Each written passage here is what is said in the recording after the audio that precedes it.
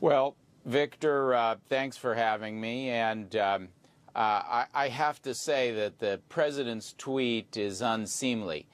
He's the chief law enforcement officer, and this situation is a very serious one. The email trail between Don Jr. and Mr. Goldstone makes clear that there was an enthusiastic embrace of what was described as a Russian government effort to aid the Trump campaign and to hurt Hillary Clinton. That raises a host of legal issues under American law: campaign finance violations, possible conspiracy relating to the computer fraud statutes, a host of other legal issues. So the president should be allowing the investigation to proceed, not slandering it. It's ridiculous to say that passing a debate question is illegal.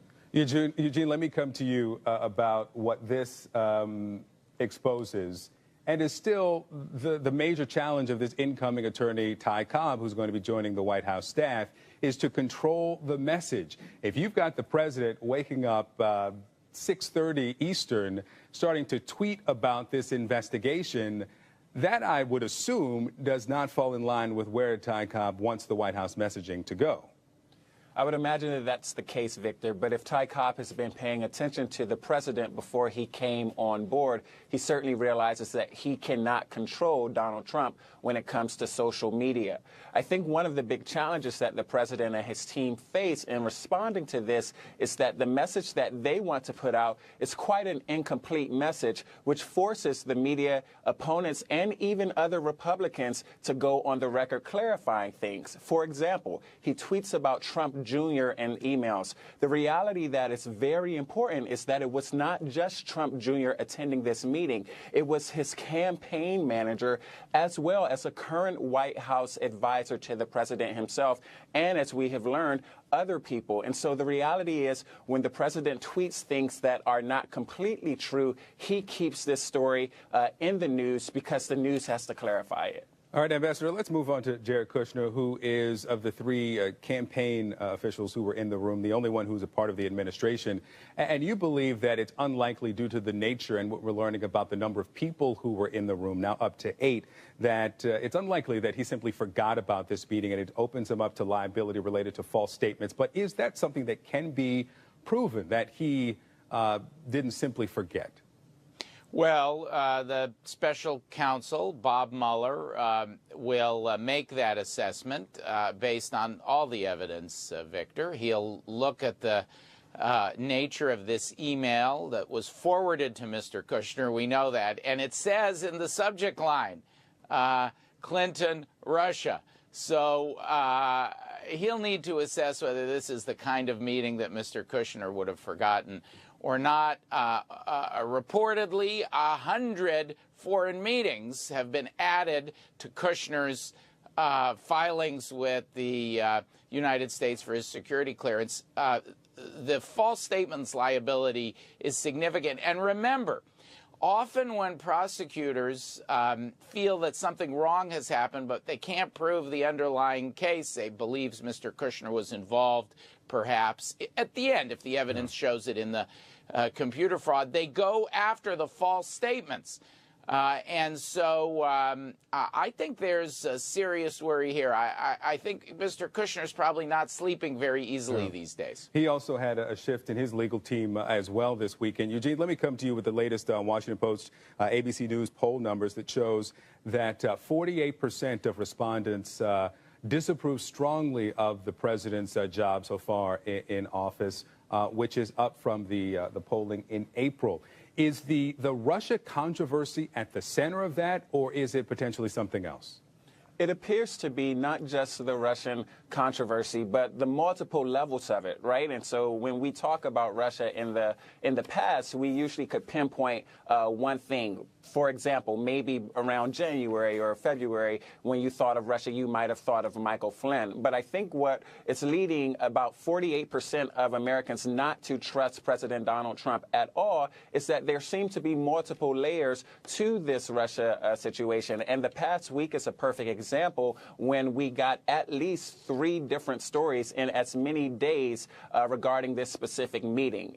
As people find out more information, as more information becomes public, there are more questions that the American people have. Now, Mr. Ambassador, before we let you go, I want to talk about health care now that we know that this potential vote will be pushed back. And we know that you were opponent of the Senate bill that was the first one that came out. Now there's this revised bill with the Cruz Amendment.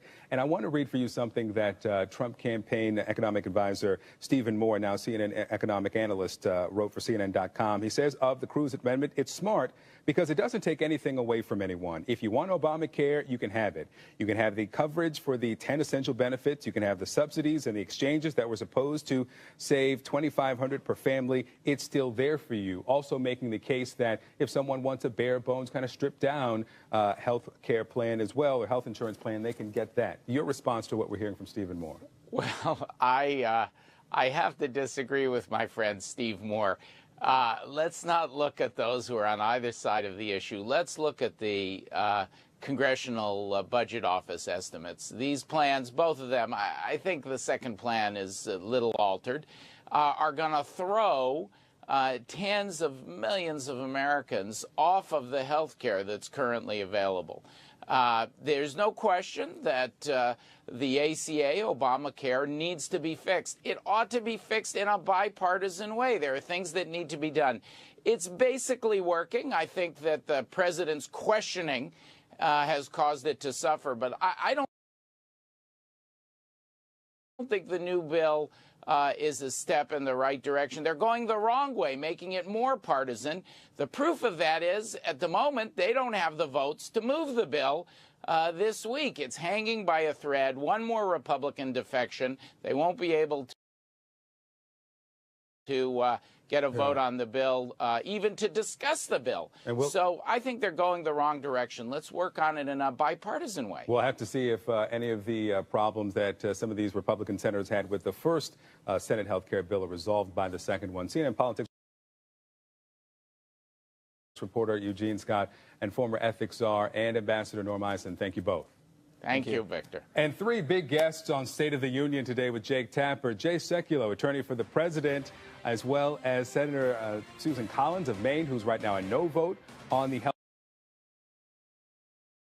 health care bill, and the ranking Democrat on Senate Intelligence, Mark Warner. Again, State of the Union with Jake Tapper today at 9 a.m. only on CNN. Well, James Comey, the former FBI director fired by President Trump, is shopping a new book deal. Brian Stelter's heard a few rumblings about this.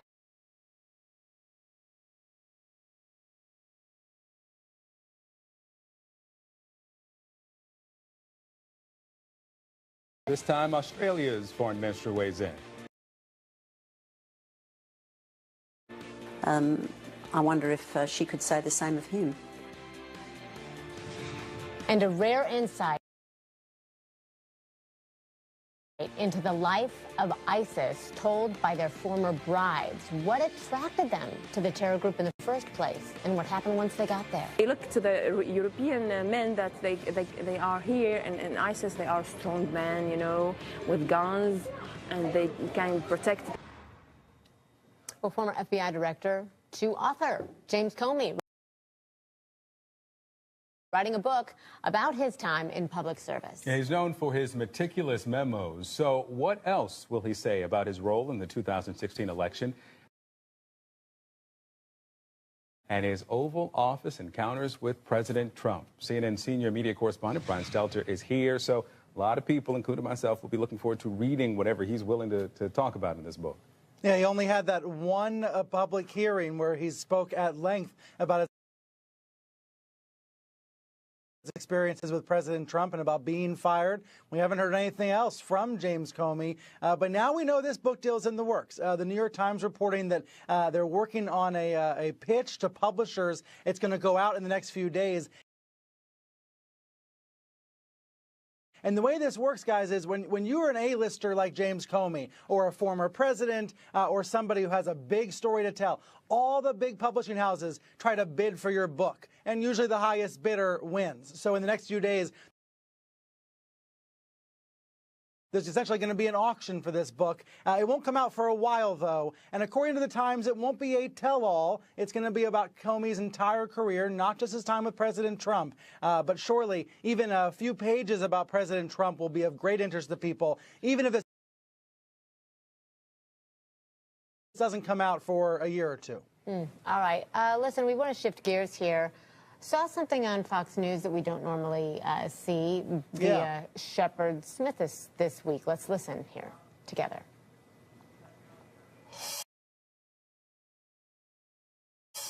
Why is it lie after lie after lie? If you clean, come on, clean, you know? My grandmother used to say, when first we practice to, oh, what a tangled web we weave when first we practice to deceive. The deception, Chris, is mind-boggling. And there are still people out there who believe we're making it up. And one day they're going to realize we're not and look around and go, where are we? And why are we getting told all these lies? Obviously very passionate about it there, Brian. The Washington Post is calling this a Cronkite moment. What are you hearing? This is unusual on Fox News because most of the hosts on Fox, really all the opinion hosts, are pro-Trump and are expressing support, making excuses in some cases for Don Jr., trying to explain away this evidence of Don Jr.'s willingness to collude. I think Shep Smith, the exception to the rule, sort of breaking with the narrative that we've heard from conservative media, and that makes sense. You know, Shep is a news anchor at the network. He's known for his independent streak, but this moment in particular was striking because I think he's expressing what most of the country is wondering, why all the misleading statements. However, I think we got to recognize because of the dominant narrative in conservative media being that Don Jr. is the victim, that this is all about a blame game, that Russia did not actually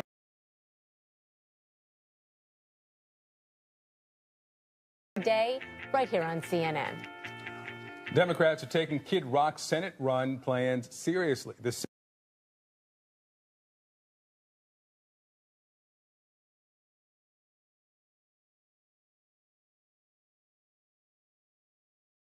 website. His tweet insists that this is not a joke. Some people still believe it is. But Senator Elizabeth Warren responded to the announcement in an email to her supporters saying this: well, maybe this is all a joke, but we all thought Donald Trump was joking when he rode down the escalator at Trump Tower and announced his campaign too. Question: was President Trump out of line when he complimented the First Lady of France's looks? Close U.S. ally is hitting back with some choice words of her own. Also, two close confidants of Pope Francis are blasting evangelical support of President Trump. Why they described some voters as a, quote, community of combatants with xenophobic and Islamophobic vision. The Whitewater investigation unfolds, and Hillary Clinton becomes the focus of prosecutors' interests. The First Lady arrived to babble. A Senate vote on the Republican health care bill has been delayed again, this time because Senator John McCain is in Arizona recovering from surgery. As President Trump's agenda stalls and the Russia controversy swirls, a new Washington Post poll shows the president's approval dropping to 36%. Also, we're learning the president's re-election campaign paid $50,000 to the law firm now representing Donald Trump Jr. And former FBI Director James Comey is writing a new book that will detail his experiences in public service, could reveal new details about his role in the 2016 election and his interactions with President Trump before he was fired. Do you remember this moment from the president's trip to Paris?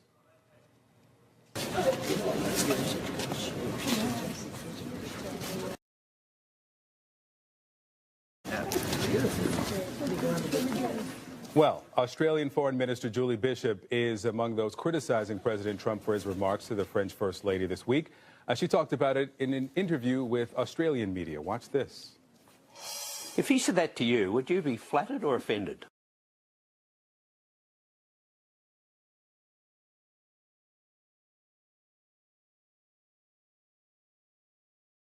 supporters for what the religious leaders call a xenophobic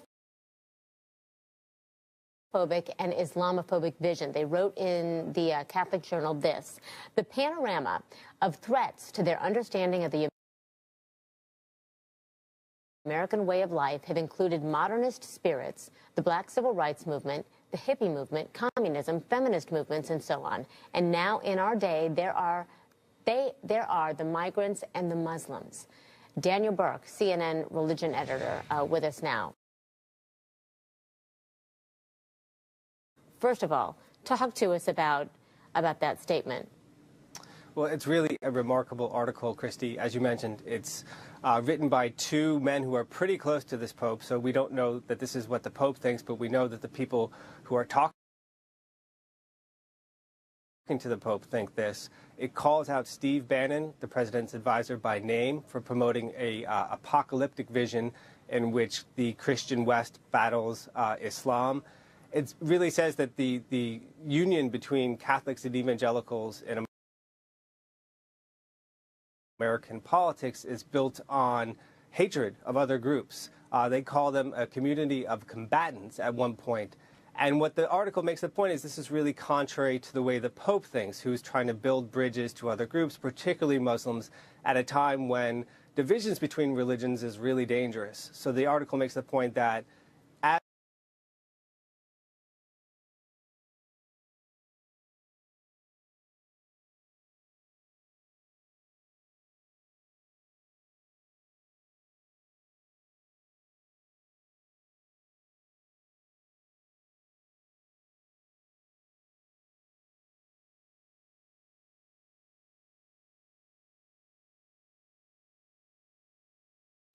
the first colonists who came to the United States came strictly because of religion. They set up theocracies in the United States, the first pilgrims. So this has always been a thread within American politics. I think what Father Spadaro is looking at this through a European lens and saying that maybe it's time for Catholics and evangelicals in the United States to rethink this and for them to kind of take a step back from politics. It's unusual, though, to hear a Catholic priest make this argument. This is not an argument that we've heard Pope Francis make. In fact, he wants Catholics to bring their values to government, bring their values to the polls. So I would have liked him to delve into that argument a little bit more, show how Pope Francis himself exemplifies exactly what he's calling for, the separation of church and state. Daniel, is there a gauge of how expansive the evangelical support really is for Donald Trump, and do they believe Donald Trump to be a true Christian? Well, the second question, part of the question, I'm not sure, but the first part is, according to surveys, white evangelicals, two-thirds back him, according to an April poll. They support the job that he's doing. You know, he often presents himself as the protector of evangelicals. When he speaks to evangelical groups, he says, as long as I am president, no one is ever going to stop you from... But yes is here. So you're saying we can...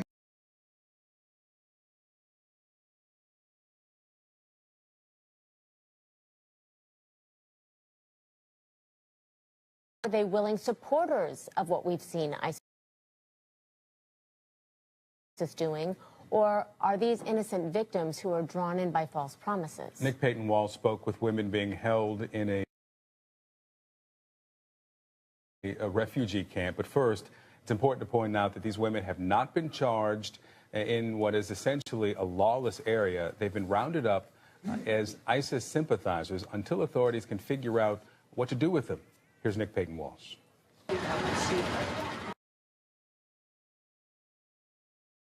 Don't kid yourself. They saw the videos. Girls, mothers, some who married into ISIS, who knew what they were about, but still came. Now, jailed in a refugee camp, stuck in limbo as ISIS collapses, trying to go home. They want your pity. And that you believe them when they say it was all of it, a huge mistake. They use women for sex. Yeah, it's very disgusting. 3 Indonesian sisters say they paid thousands of dollars to get here, lured by the false promise of free be healthcare and schools, but ended up living off selling their jewellery and paying thousands to get smuggled out. It just wasn't as pure a caliphate as they expected. They said they want to fisabilillah, they want to jihad for the sake of Allah. But what they think, what they want, it's only about women and sex. It's disgusting. Make us want. I heard that if they marry a widow, they will get thousands of dollars. Single women arrivals like them kept in a commune while they look for husbands. The manner of the woman inside the dorm is very different. It's very far from Islam. Harsh manner, gossiping, shout each other, backbiting, and fighting between the woman. And I was very surprised when I see that. Saida explains the dorm is a bit like Tinder. She's as appalled by the Paris terror attacks as she was by the coalition bombing of Raqqa and just wants to go back to France. I love life. I love to work. I love my jeans. I love my makeup. I love my parents. The only thing I want is to go back. I'm not far from the beach. I used to go to the beach every weekend in a bikini. Yes, in a bikini. May is a Syrian English teacher whose first husband was killed by a sniper in Homs and says she was travelling to Turkey when she was waylaid in Raqqa, where she met and married a Moroccan, Bilal.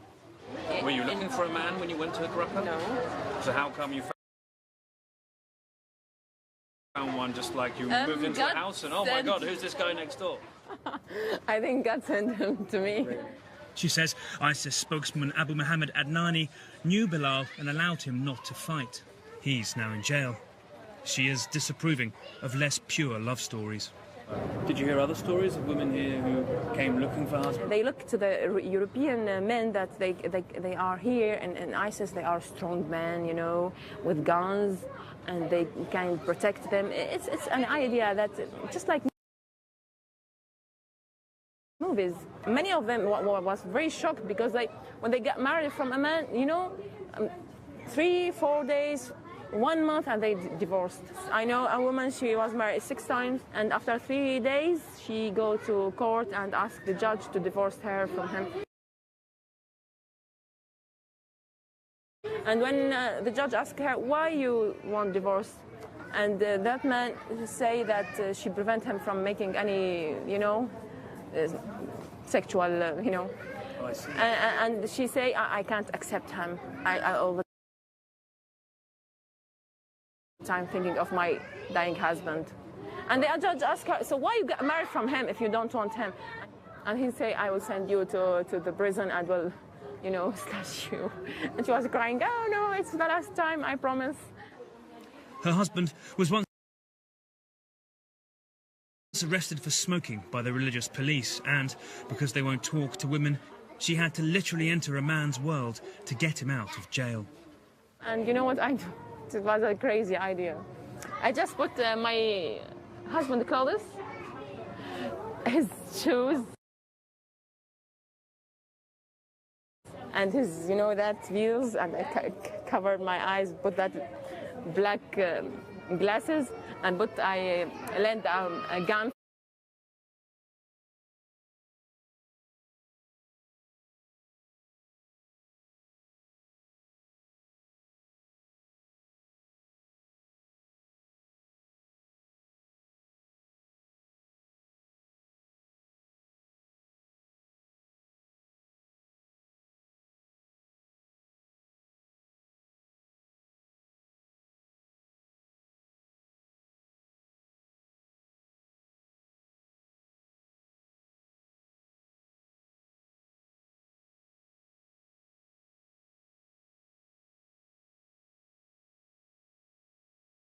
Deal with this on a day-to-day basis, and you see Abby Lowell coming in to represent Jared Kushner.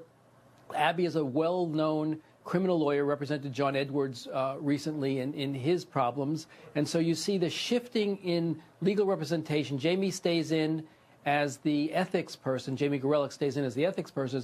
Abby comes in front and center on the criminal side. So people are becoming more sensitive to the fact that this is a criminal investigation. It is not a hoax. It is not a witch hunt. It is a serious legal matter, and they are beginning to take the first steps they should have taken months ago, probably, to recognize the jeopardy that they're potentially in. In another bit of legal news related to the White House and the Trump family, according to an FEC filing, the committee to re-elect President Trump paid $50,000 to the legal firm that is now representing Donald Trump Jr. about 2 weeks before that New York Times story broke regarding a meeting between Donald Trump Jr. and a Russian lawyer in Trump Tower. CNN has not been able to confirm whether or not that payment was made specifically for legal representation for Donald Trump Jr. In fact, the filing cites that it is for legal consulting. Now, CNN has reached out to the Trump family and to that law firm, but we've yet to hear back. Back to you. All right, Boris, thank you very much. Our panel back to discuss all of this. Errol Lewis, CNN political commentator and political anchor for Spectrum News, and Sarah Westwood, White House correspondent for the Washington Examiner. Errol, to you first on this $50,000 paid to this law firm in New York. As Boris said, they could be unrelated, the Russia probe, Donald Trump Jr.'s meeting, and this payment. But with the ambiguity, the lack of clarity surrounding the chronology and who knew what when, could this have been preparation for the oncoming controversy? Well, yeah, there's a range of reporting that suggests that there were White House officials and legal talent that knew weeks ago that this was coming. So, yeah, this is just kind of more in that direction. I think, though, the other question, Victor, that comes with this is, if they're paying for Donald Trump Jr. through the campaign going forward for the re-elect, and then we look back at this meeting in June of 2016 when he's there with the campaign chairman. The question is, was he a campaign operative?